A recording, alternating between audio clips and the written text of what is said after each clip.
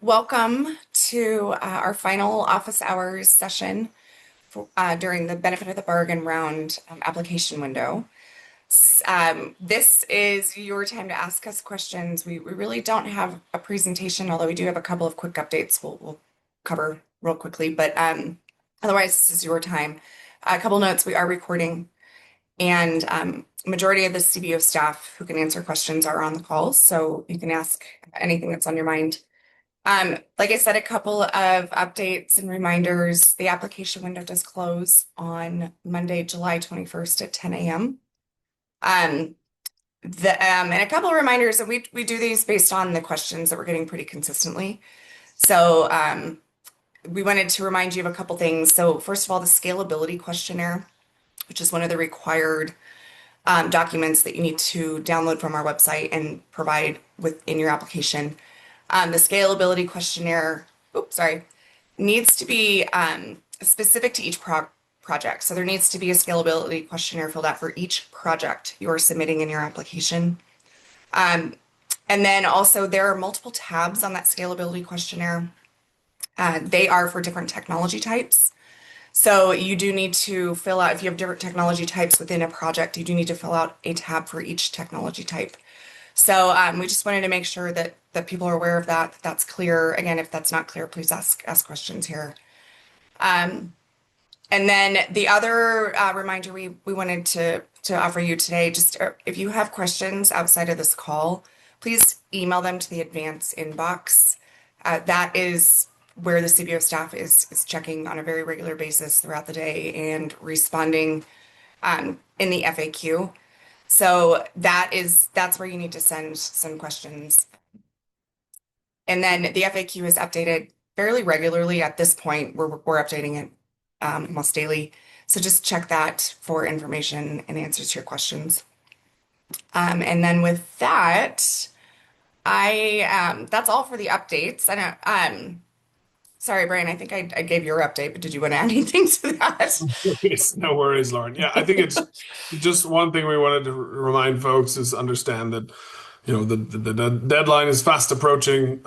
But if you have questions that you send to us on Sunday night, it may be extremely difficult for us to get you something, intelligent back in a reasonable amount of time before 10 a.m. So, the sooner you can fire off questions in general, the sooner we can get to it and make sure we get you an appropriate response in as quick a manner as possible. So just bear that in mind. And yeah, just keep sending them if you have them. Thank you.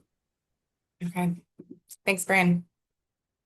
Okay, that's all for the just quick updates that we have. So we'll take questions at this time. You can drop your question in the chat, or you can raise your hand and ask your question. So I will stop talking so you can ask questions. Go ahead.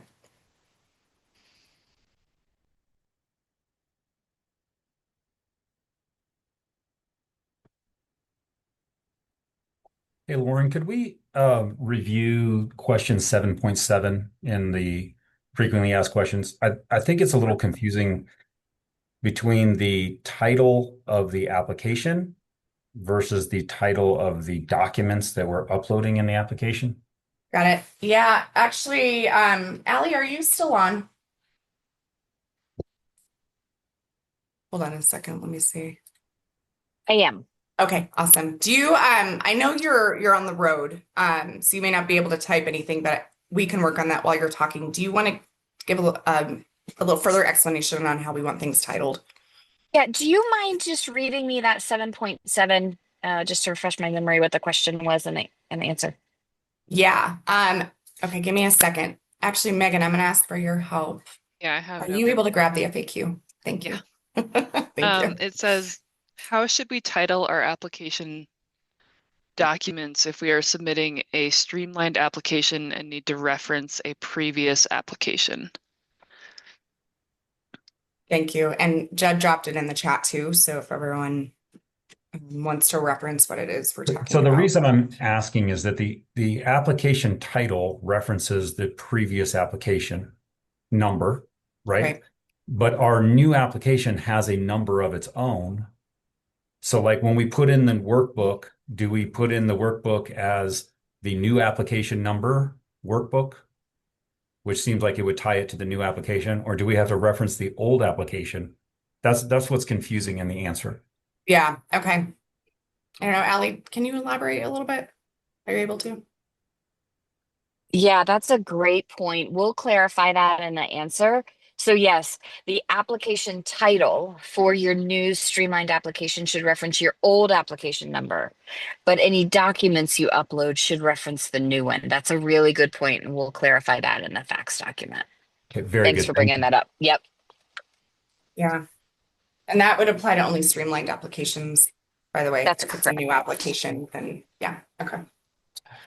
So while I'm asking, Yeah. another very technical thing that I remember from a previous round, but on things like a waiver, if you're not submitting a waiver, do we need to put not applicable in that field, or do we leave it blank? And then also for the core request. You do. You need to respond to every single question. So if it's an upload a piece of paper that has an explanation. If it's a field, put your explanation in the field. So Great even if question. it's a blank field, just put not applicable. And you guys That's are correct. all right. Thank Yep. you. Yep.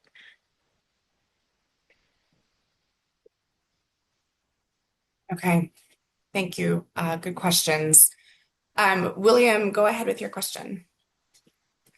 Thanks. Our question relates to the I think it's question 16 about uploading a letter of commitment from a qualified financial institution. Our question was, does a qualified financial institution, like would an investment bank or PE firm, something that's like non-FDIC, but it is SEC regulated, would that be a sufficient document, like a letter of support from an entity like that? And I apologize because I can't actually see question 16. Is that the letter of commitment for the letter of credit for your surety? Yes, that's correct. So the letter of credit requirements are detailed in the BEAD NOFO, and we have a reference to that in the fax document. So if you hop into the fax document, you should be able to see exactly what the feds will accept for a letter of credit. We have absolutely no flexibility on that. So if you'll just make sure that it meets those requirements. And so are you talking about this link? I'm just going to throw it in the chat. I'm opening it to Thanks. Sorry. oh, you can see it, Allie? I can't, no. Oh, okay. Okay.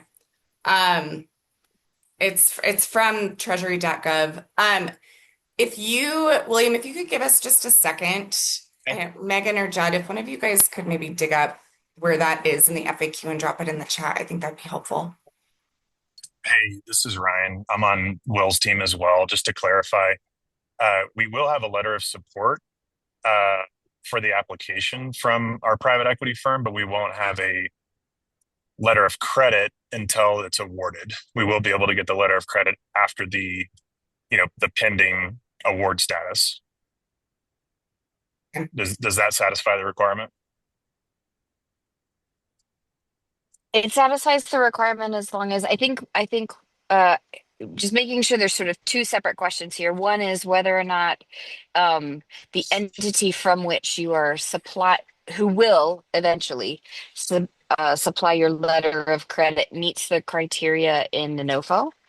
So that's sort of that's the answer to the first question. The second question is the timing.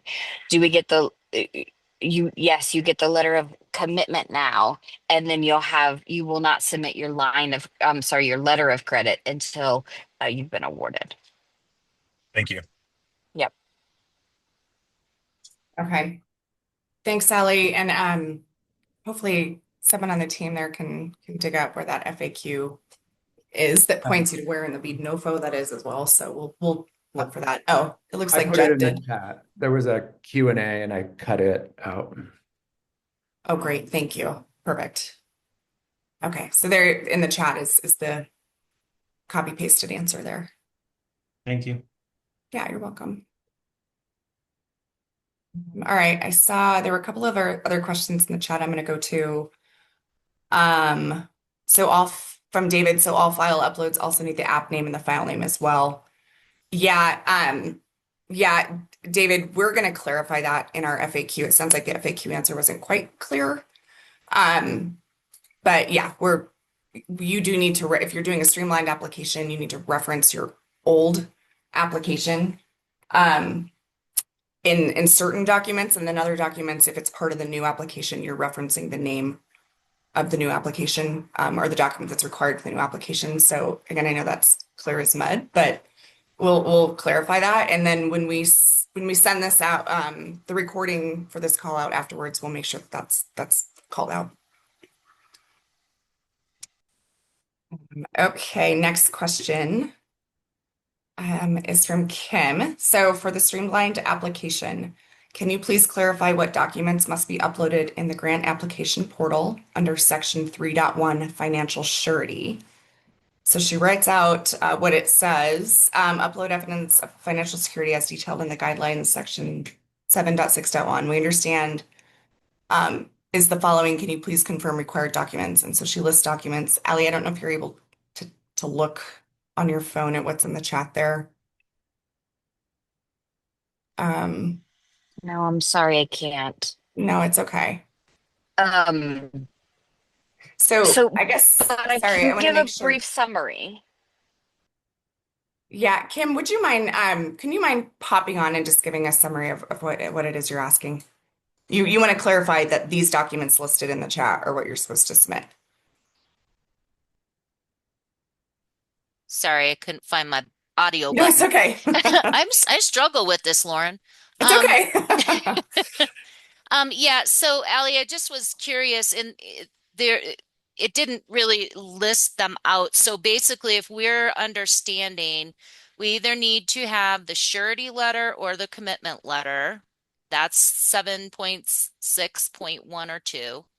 Also, the proof of match, but then in the guideline, it mentions that table, and that table is in the guidelines, but we don't see any kind of document that's downloaded to fill that out. Are we supposed to copy and paste that into a separate document?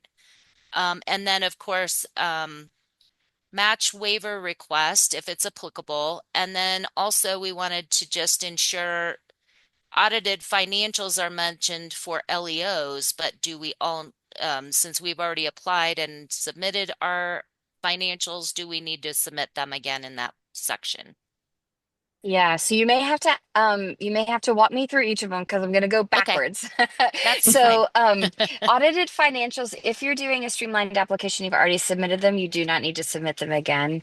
It would just be for Leo, specifically. Sure. And Let's see, the one before that was match proof of waiver, if that's match applicable. waiver. If applicable, you'll upload a document that articulates why you need the waiver and any additional information. The one right before that was proof of match. Is that right? Yes. And then there's that table in the guidelines we were curious about. Yeah, so great question there. You're welcome to cut and paste it. If your match is gonna be sort of complicated, right? So you're putting together match from a couple of different sources. You may want to use that table to submit it to us. What we would ask is what we need to see and what we're trying to document is that if you say that you are going to submit 50% match, that you have the ability to actually fund that 50% match. And so that can be through, not a great example, but it could be through another grant, or it could be through a line of credit, or it could be through cash reserves. And so if you can help us follow the path of what you upload, that would be perfect. You can do it with a table, or you can do it with sort of a summary.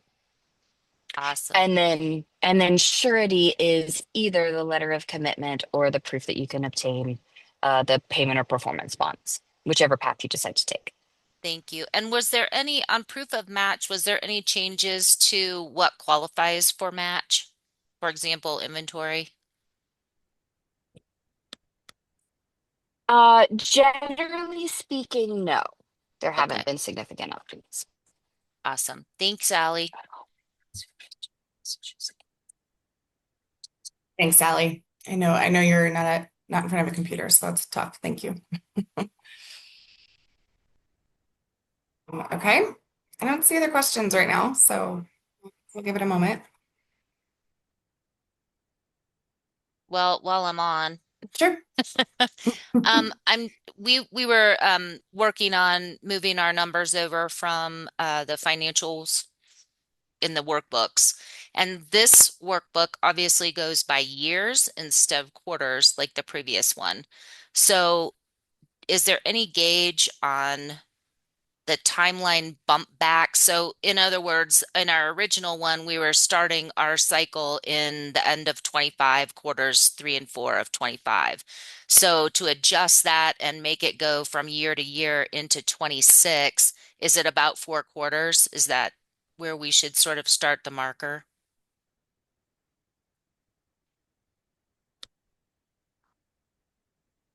Team, can someone speak to the workbook? Can I summarize what I think you're asking? Sure. So you're asking in the workbook when you need to address the timeline, when we recommend that you start that timeline? Yes. Yeah, I would say start it at the beginning of 2026. Okay.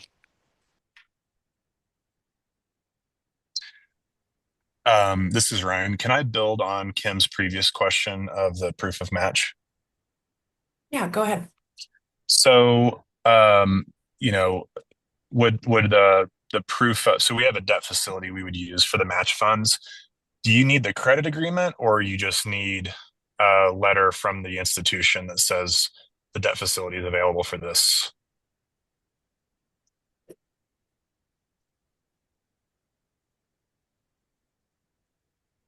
Ellie, are you able to answer that one? Or I know, Helen, I see you're on too, so feel free, Helen, if you're able to answer too. I'm sorry, was that proof of match? Yes. I think what we probably should do is, and we'll turn this around for you really, really quickly. I know that we had some curing around proof of match, and actually in security, but specifically around proof of match. And I don't remember where we landed on all of the curing. So let us give you a good, solid answer in our facts. Okay. I apologize for kicking that can down the road. I know that it's the timing is really fast, but I want to make sure. One of the things that we found is that we had to go back and forth in curing around some of these items, and I'd rather give you a really good, solid answer than jerk you around a little bit. So Yeah, and we're happy to upload all of it. I just didn't know if there was like a maximum of what you guys would want to see.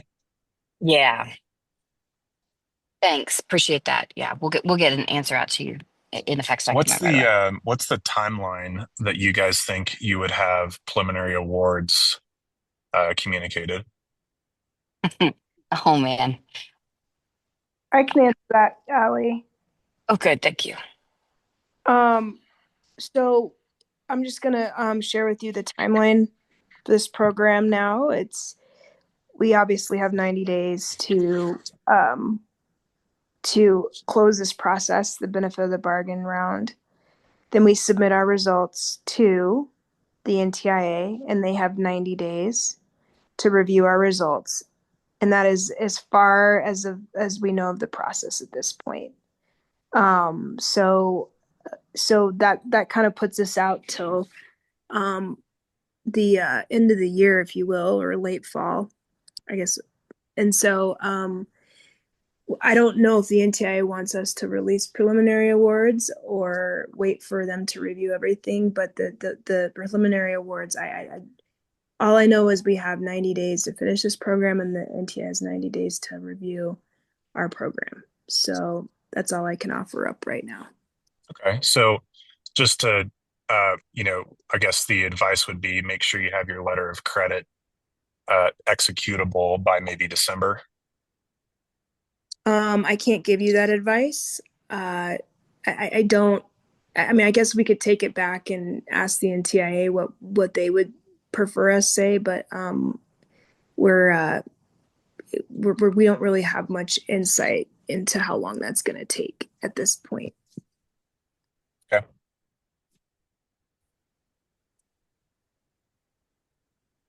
Okay, thank you. There's another question that popped up in the chat. So it says, since so many addresses were removed, does the CBO expect the ideal cap to be over 10K per address now? Large segments being removed obviously hurt most projects. I don't know, Brandy, if you want to address that. Yeah. Megan, you want to address that, or? I can address that. Okay. We don't have a cap, David. We don't in this program. I mean, we weren't allowed to really set a cap. The high cost threshold was eliminated from the program. So I would say that's we don't have a cap, and we just don't, because we're not allowed to have one. Thanks, Brandy.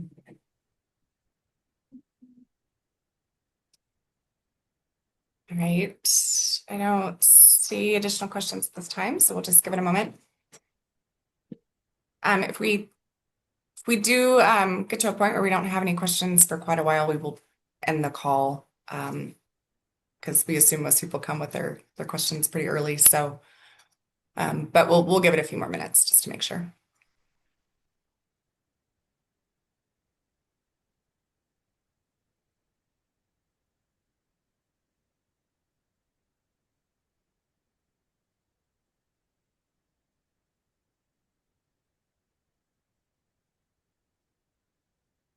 A couple new people joined from the waiting room. I just want to let you know that we're waiting to see if there are any other questions. So if you have one, please raise your hand and ask, or drop it in the chat.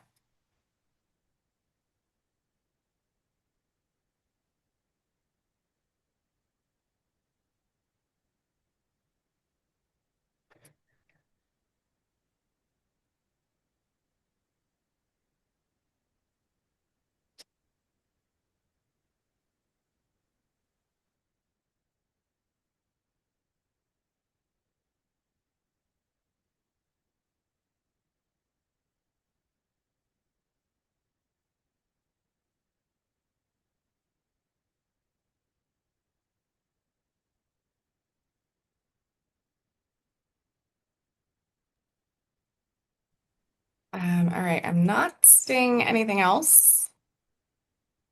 So last call for questions. While you might be typing as quick as you can, because I know it can take a minute to type into the chat, just in case. We will follow up with the recording of the 2 office hours calls, and the FAQ, where we'll do our best to answer these questions really quickly. But I know there were a couple things that we need to respond back with very quick today. So we'll try to do that by end of business today, so you have very clear answers, mainly on the proof of match information and then the how to title applications. So I know that those are two pieces of information that we really want to try to get to you today.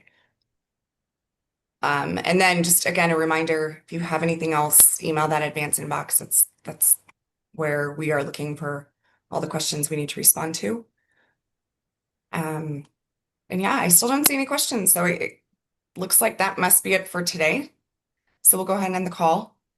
So thank you all for attending. This is our last office hour before the benefit of the bargain run closes. So we appreciate you jumping on and asking your questions. And if there's anything else, please reach out. Thank you all.